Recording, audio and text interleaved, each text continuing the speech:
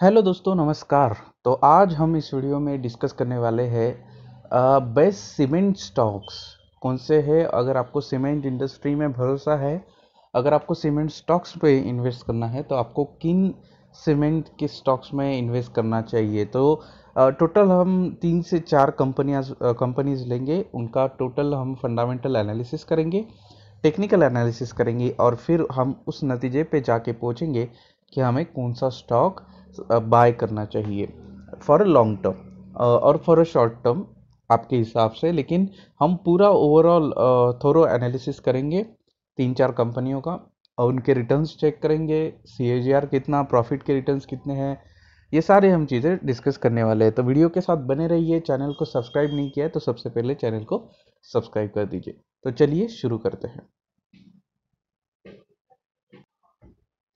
तो cement sector की सबसे दिग्गज कंपनी जो है उससे हम शुरुआत करेंगे। शायद आप उस कंपनी का नाम और उस स्टॉक का नाम शायद आप जानते होंगे। तो most popular UltraTech cement. UltraTech cement के बारे में ये जो कंपनी है मैन्युफैक्चर और सेल करती है सीमेंट की।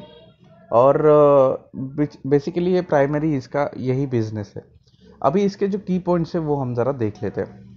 उसके जो मैन्युफैक्चरिंग जो कैपेबिलिटी है वो काफ़ी ज़्यादा है।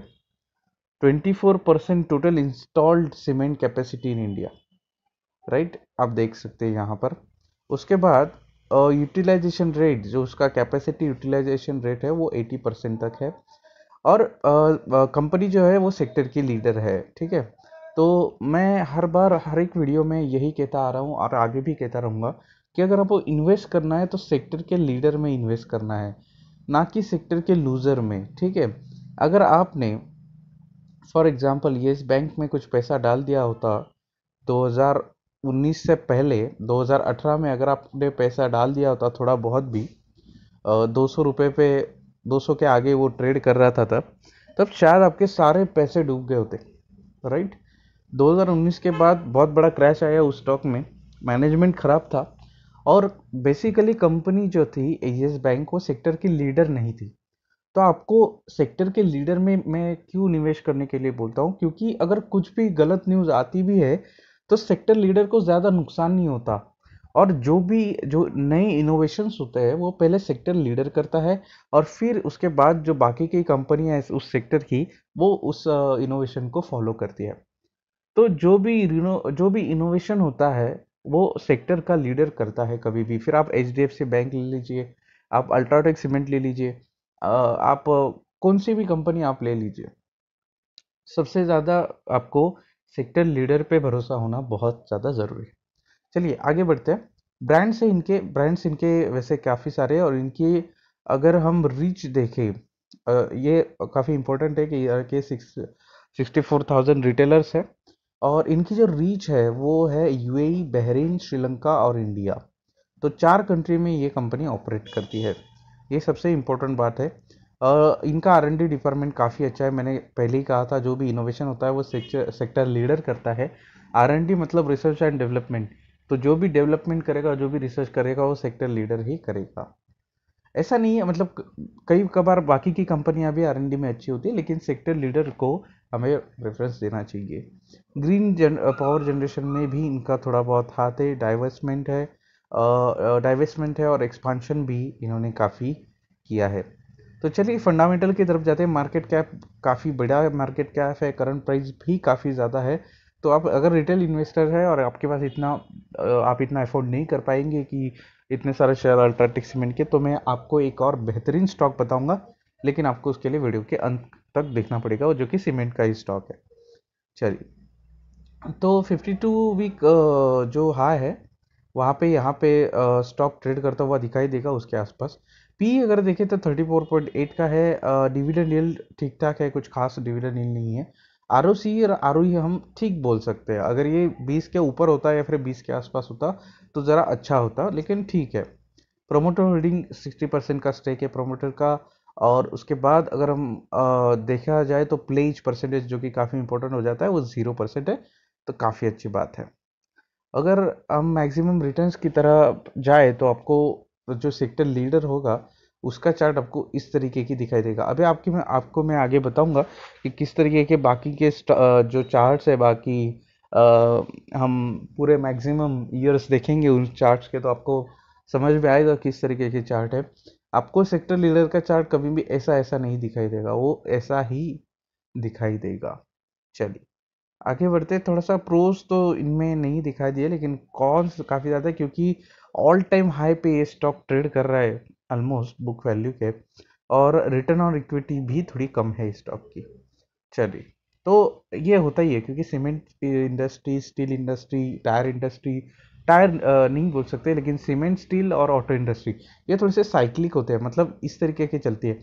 प्रॉफिट अगर ऊपर है तो ऊपर स्टॉक चलेगा, अगर प्रॉफिट नीचे आया तो नीचे स्टॉक चला जाएगा, इस तरीके की ये चीज़ें होती है। हम इनके पीयर्स देखते हैं, श्री सीमेंट है, अंबुजा सीमेंट है, एसीसी है, जेके सीमेंट है, तो ये 3-4 कंपनियों के बारे में ही हम डिस्कस करने वाले हैं, बाकी ये दो नीचे के छोड़ देंगे।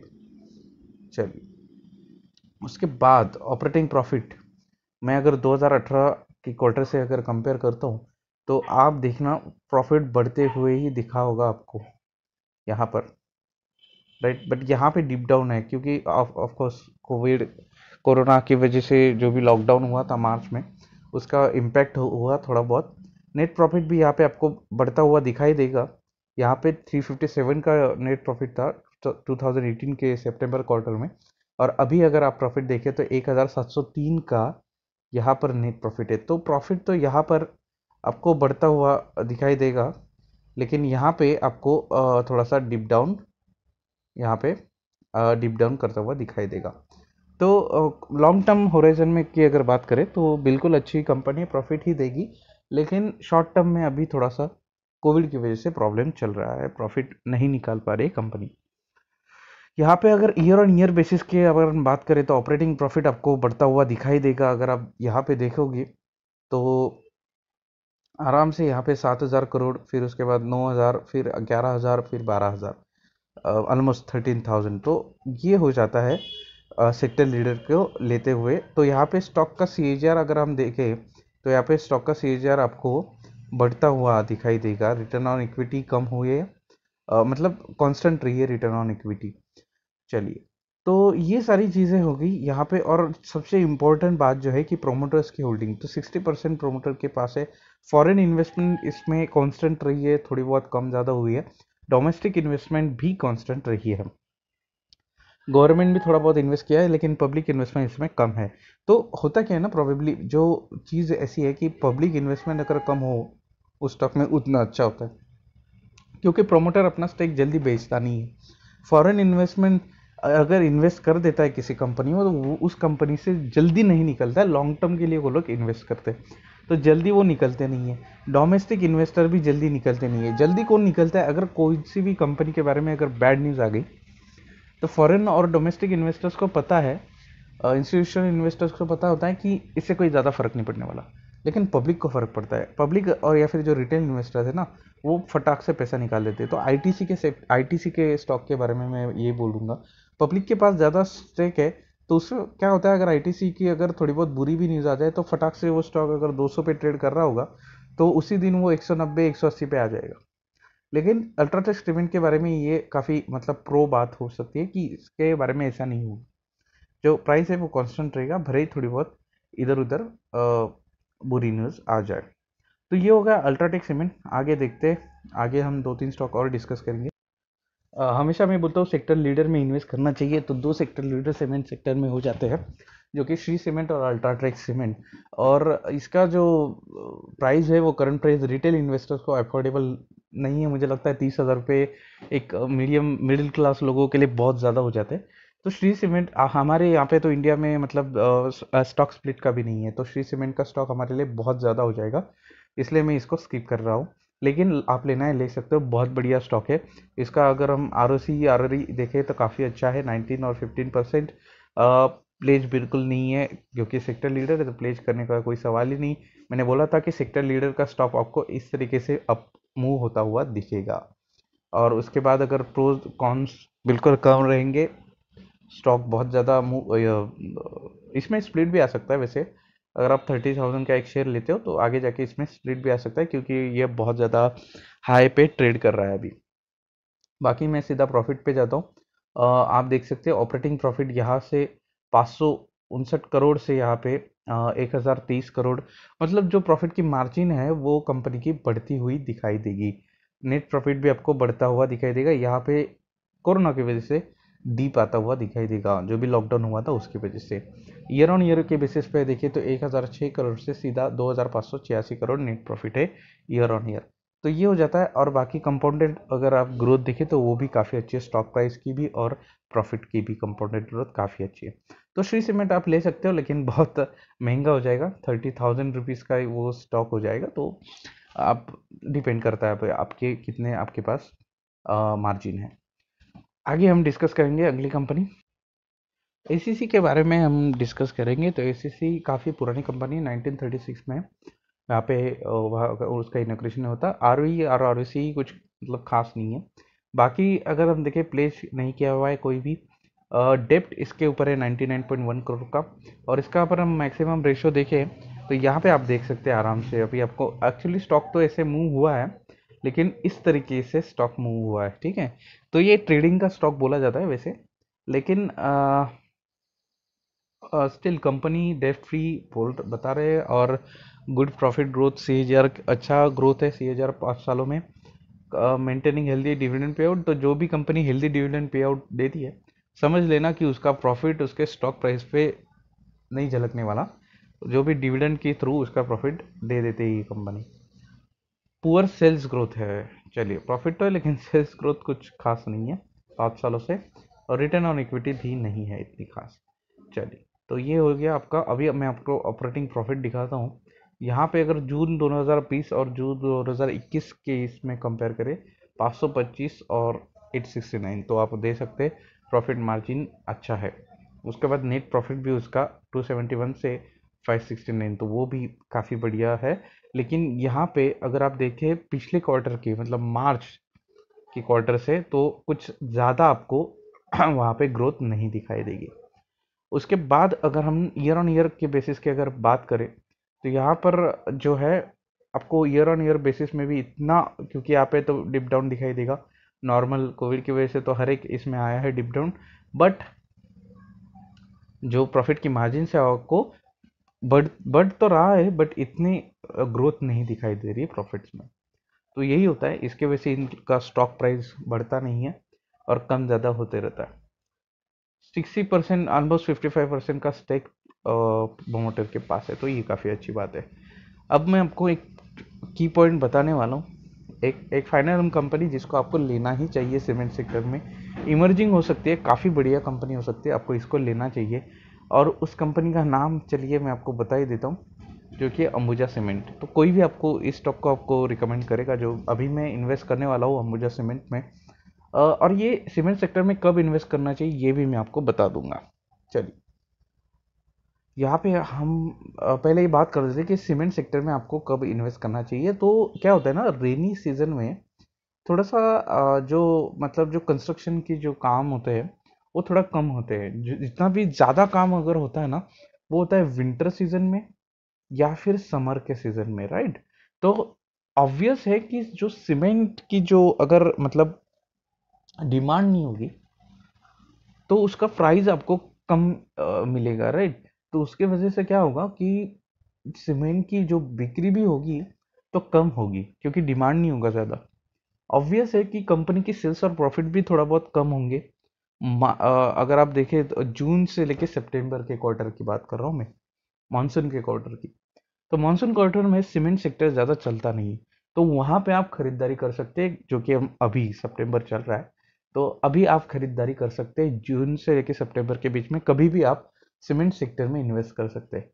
लेकिन उसके बाद, ये काफ़ी मैं की पॉइंट बता रहा हूँ, ये वीडियो थोड़ा लंबा हो जाएगा। उसके बाद अगर आपने मतलब समर में और विंटर में काफ़ी ज़्यादा सीमेंट के भाव, डिमांड भी बढ़ जाएगी, सीमेंट के स्टॉक की भी डिमांड बढ़ जाएगी। तो इसकी वजह से आपको ये ध्यान में रखना है कि आपको जो है जून से लेके सितंबर तक आपको सीमेंट सेक्टर में इन्वेस्ट कर देना है। मतलब उसके बाद आपको लगे रहना है, ऐसा नहीं कि सितंबर के बाद आपको अक्टूबर में बेच दिया, ऐसा नहीं करना है। अगर आपने जून में खरीदा है तो आपको अगले जून तक, 1 साल तक उसको होल्ड करना है, आपको अच्छे रिटर्न्स मिलेंगे। चलिए ये हो गया की पॉइंट, बाकी आपकी मर्जी। Market capital 86,000 crore Ambuja cement की हम बात कर रहे हैं, और 1993 से ये कंपनी है। आप इसका देखिए, सबसे बढ़िया आरओसी और आरओई आपको दिखाई देगा यहाँ पर 18.3% और 10.5%, ठीक है। रिटर्न ऑन कैपिटल एम्प्लॉयड काफ़ी अच्छा है। प्लेस को एक भी शेयर नहीं किया है। डेप्ट इसमें काफ़ी कम है, 45 करोड़ का डेप्ट है। और अब इसका देखते हैं हम, यहाँ पे भी थोड़ा सा यहाँ पे आपको ट्रेडिंग का दिखाई देगा, लेकिन उसके बाद कुछ इस तरीके के स्टॉक मूव ब्रेकआउट वहाँ पे मिला था। लो रिटर्न ऑन इक्विटी, यही प्रॉब्लम है। डिविडेंड काफ़ी अच्छा पे करती है, और डेट फ्री कंपनी है, थोड़ा बहुत कम डेट है उसके ऊपर। और हम प्रॉफिट के मार्जिन की अगर बात करें, तो यहाँ पे कांस्टेंट प्रॉफिट इंक्रीज होता हुआ आपको दिखाई देगा। क्वार्टर ऑन क्वार्टर की बात करें, यहाँ पे आप देखो प्रॉफिट इंक्रीज होता हुआ दिखाई देगा। नॉर्मल यहाँ पे डिप डाउन तो हर एक स्टॉक में आपको दिखा है। यहाँ पे मैं अगर बात करूँ, तो मैंने आपको बोला कि जून और सितंबर में आपको प्रॉफिट कम होता हुआ दिखाई देगा। तो आपको देखिए 11221350 करोड़ का प्रॉफिट है, लेकिन यहाँ पे प्रॉफिट देखो मार्च में 1838 और 1837, राइट। तो ये हो जाता है क्योंकि जून के क्वार्टर में ज़्यादा स्टॉक्स सीमेंट की डिमांड नहीं होती जितनी यहाँ पे और यहाँ पे डिमांड होती है। तो ये ध्यान में रखना, मैंने जो बोला है। ईयर ऑन ईयर की बात करें, तो ईयर ऑन ईयर भी प्रॉफिट बढ़ा ही है इस कंपनी का। और जिस कंपनी का प्रॉफिट ईयर ऑन ईयर और क्वार्टर ऑन क्वार्टर बढ़ता है, वो स्टॉक काफ़ी अच्छा होता है। कंपाउंडेड CAGR स्टॉक प्राइस का भी देखें, तो एक साल में 110% का यहाँ पर एनुअल रिटर्न दिया है, 10 साल में 11% का, और 3 साल में 25% का। प्रॉफिट ग्रोथ भी काफ़ी अच्छी है CAGR के हिसाब से। और कंपनी के पास जो है वो प्रोमोटर्स की होल्डिंग काफ़ी ज़्यादा है, 63%। फॉरेन इन्वेस्टमेंट भी है, डोमेस्टिक इन्वेस्टर्स भी है, जो कि कांस्टेंट रहे ईयर ऑन ईयर। और उसके बाद पब्लिक इन्वेस्टमेंट भी वहाँ पे कांस्टेंट रही है। तो अभी कौन जीतेगा 3-4 में से, वो हम फाइनली अभी देखते हैं। रिटर्न्स किन्होंने ज़्यादा दिए है, तो मैंने इसमें श्री सीमेंट को इंक्लूड बिल्कुल नहीं किया है, क्योंकि श्री सीमेंट अफोर्डेबल भी नहीं है हमारे लिए, मतलब मेरे लिए तो नहीं है, इसलिए मैंने नहीं किया। बाकी ये तीनों स्टॉक अफोर्डेबल हो सकते हैं। अल्ट्राटेक सीमेंट भी हाई पी पे काम कर रहा है। अगर हम एक साल की रिटर्न्स को देखें, तो सबसे ज़्यादा मतलब तीनों स्टॉक ने काफ़ी अच्छा परफॉर्मेंस किया है। यहाँ पे 109% का, 102% एंड 88%। तो सबसे कम ACC ने किया है। बाकी दोनों भी अंबुजा सीमेंट और अल्ट्राटेक काफ़ी अच्छा परफॉर्मेंस दिया है एक साल में। 5 साल की अगर हम बात करें, तो यहाँ पे फिर से तीनों स्टॉक ने काफ़ी अच्छा, लेकिन उसमें से अल्ट्राटेक सीमेंट ने काफ़ी अच्छा परफॉर्मेंस दिया है। उसके बाद आता है अंबुजा सीमेंट और ACC सीमेंट। तो यहाँ पे रैंक 1 तो है अल्ट्राटेक सीमेंट को। बाकी हम देखते हैं मैक्सिमम अगर परफॉर्मेंस, तो तीनों स्टॉक्स ने काफ़ी बढ़िया परफॉर्मेंस किया, लेकिन सबसे ज़्यादा रिटर्न्स अगर किसी ने दिए, तो अल्ट्राटेक सीमेंट ने 2919 के रिटर्न्स दिए परसेंटेज में, और 2714 के, मतलब सेकेंड रैंक ACC को है लॉन्ग टर्म में, मतलब 5 सालों में। और फिर अंबुजा सीमेंट। तो तीनों काफ़ी बढ़िया कंपनीज मैंने आपके सामने पेश की। तीनों का हमने फंडामेंटल एनालिसिस किया। अब हम टेक्निकल एनालिसिस भी करेंगे, लेकिन अगर आपको इन्वेस्ट ही करना है, तो इन तीनों में से आप किसी भी कंपनी में अगर इन्वेस्ट करेंगे, तो आपको हिस्ट्री के हिसाब से अगर देखा जाए, तो आपको रिटर्न्स मिलेंगे ही मिलेंगे। तो तीनों में से तीनों कंपनियां बेस्ट कंपनियां हैं। सेक्टर लीडर उसमें से अगर देखा जाए, तो अल्ट्राटेक सीमेंट है और श्री सीमेंट है। श्री सीमेंट अगर अफोर्डेबल है कर सकते हो, अगर नहीं है तो अल्ट्राटेक सीमेंट में कर सकते हो। लेकिन अल्ट्राटेक सीमेंट फिलहाल अपने हाई टाइम पे ट्रेड कर रहा है, तो अभी फिलहाल मुझे नहीं लगता कोई पॉइंट, लेकिन हाँ, कब कब उसको आपको उसमें खरीदी करनी है, वो हम देखेंगे अभी टेक्निकल एनालिसिस में। जैसे कि मैंने बोला आपको, अल्ट्राटेक सीमेंट अपने यहाँ पे हाई टाइम पे यहाँ पे ट्रेड कर रहा है, तो हाई प्राइस पे ट्रेड कर रहा है। और यहाँ पे रेजिस्टेंस आपको दिखाई देगा, रेजिस्टेंस आपको यहाँ पे बिल्कुल दिखाई देगा, ठीक है। ये पूरा रेजिस्टेंस का एरिया है, यहाँ पे सपोर्ट है। शायद आपने यहाँ अगर बाय कर लिया होता, तो आपको काफ़ी अच्छा यहाँ पर प्रॉफिट मिलता। बट अभी आपको RSI 65 पे ट्रेड कर रहा है, तो मुझे लगता है आपको यहाँ पे 40 के नीचे जब करेक्शन हो स्टॉक में, तब आपको यहाँ पे जब भी मैं तो बता दूंगा चैनल पे कि अल्ट्राटेक सीमेंट को कब आपको लेना है। वैसे ही अगर बात किया अगर हम बात करें तो अंबुजा सीमेंट की भी वैसी स्थिति है। एसीसी के मैं अगर बात करूंगा तो एसीसी भी अभी अपने ऑल टाइम हाई पे चल रहा है। तो जब भी करेक्शन इन तीनों स्टॉक में आ जाए, किसी भी एक स्टॉक में आ जाए, अंबुजा सीमेंट भी अपने हाई पे चल रहा है, मंथली RSI 76 पे है। तो अभी आपको बिल्कुल तीनों भी स्टॉक में इंटर नहीं होना है। आपको इंटर कब होना है? जब RSI 40 के नीचे हो, मंथली RSI 40 के नीचे हो। मंथली यहाँ पे तीन आपको दिखेंगे, तो डेली और वीकली यहाँ पे नीचे, डेली, वीकली, मंथली और ईयरली। तो मंथली जाके RSI देखना, 40 के नीचे जैसे ही आ जाए वहाँ पे आप ले सकते हो स्टॉक्स को, वहाँ पे आप इंटर हो सकते हो। तो अगर आपको हमारा ये टोटल थोरो अंडरस्टैंडिंग वाला वीडियो अगर अच्छा लगा हो तो लाइक कर दीजिए वीडियो को और चैनल को सब्सक्राइब करना मत भूलना। Thank you so much for watching invest India. Thank you.